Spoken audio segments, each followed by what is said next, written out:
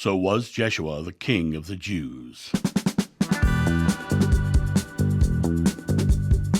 Hey guys, John here. I got a recent question asked me about whether Jeshua was the king of the Jews or whether there was a sign over him on the cross. And I thought it was a great question to answer because this is very much about political intrigue. There's a lot of things that were going on in the time period.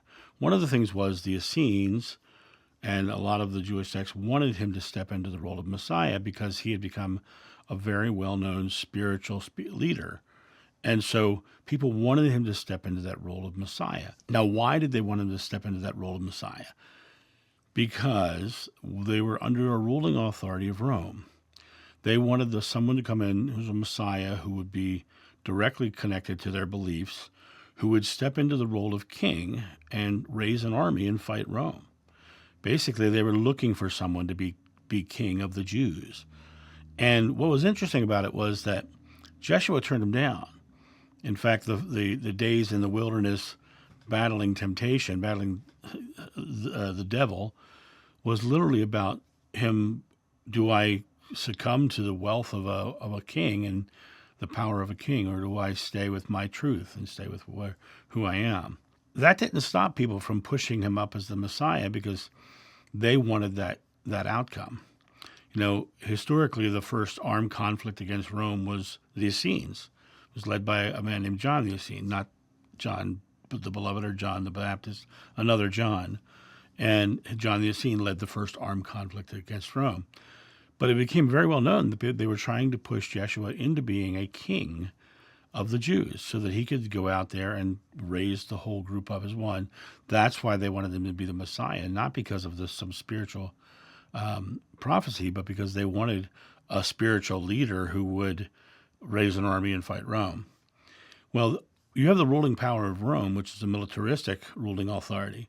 And that militaristic ruling authority is watching the populace around them. They're literally trying to find, who the troublemakers are, who the rabble-rousers are.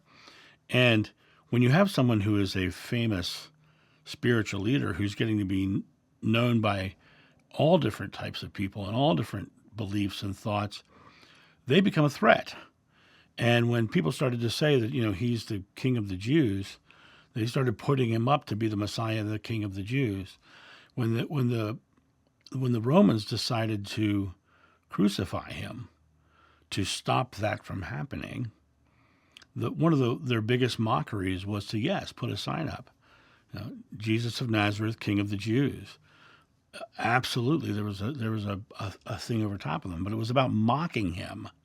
It was about proving to these people that the person that they were putting up as a king was weak and can be easily destroyed. They were taking their king away from them. And so it wasn't about some spiritual truth about him being the Redeemer, the Savior, the Messiah. It was more about the idea of the Romans tamping down this person who was stepping into prominence as a leader. I've said in other videos that Jeshua went to the cross because he was so famous, because he had become known as someone so profoundly impactful and empowering to people that the only way he could really move on and have those teachings go forward was to spread them out with other people and go to his own death, to literally sacrifice himself so that the teachings could go on. And so it really came down to the Romans really wanting to mock him and knock him down so people would stop believing in him, to show him how they could belittle him and take him down to nothing. But the sign was definitely there. But it wasn't some spiritual meaning to it. What it was a mockery. It was a mockery by the Roman culture to show the Jewish folks that they just did not have something of power, that they could, this person who they were setting up as their leader could be easily snatched away from them by Rome itself. And so when you look at the end, then later on you go to when they start, saying that Pilate was so innocent in that process. Pilate wasn't innocent in that process at all. Pilate was like, keep the order. Anybody trying to get out of hand or trying to say they're powerful, take him down because we are ruling. We are a militaristic ruling power, and we need to tamp down anybody who thinks they're going to try to come against us. And so it was really Rome that did it. But then Rome couldn't be the one who killed Jeshua when they became the seat of Christian power. So the stories had to go against the Jewish people, saying that they're the ones who did it. But, there were obviously Jewish sects that wanted him to step into the role of Messiah. There was also Jewish sects who didn't believe he was the Messiah. And so, that was in conflict. But it wasn't an organized group of Jewish folks who were trying to kill him.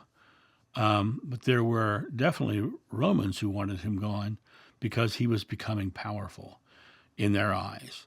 And that was almost a sin to the Romans because they didn't want anybody who could literally confront their power. And that's, so in the process of taking him down, they wanted to make sure it was a very insulting, mocking, belittling thing that happened to him. And so they said, look, here's your king of the Jews hanging over his head. But it was not anything more than a mockery from the people who actually nailed him to that cross. So that's my thought on that. You guys have a great day, and I'll talk to you soon. See ya. Bye.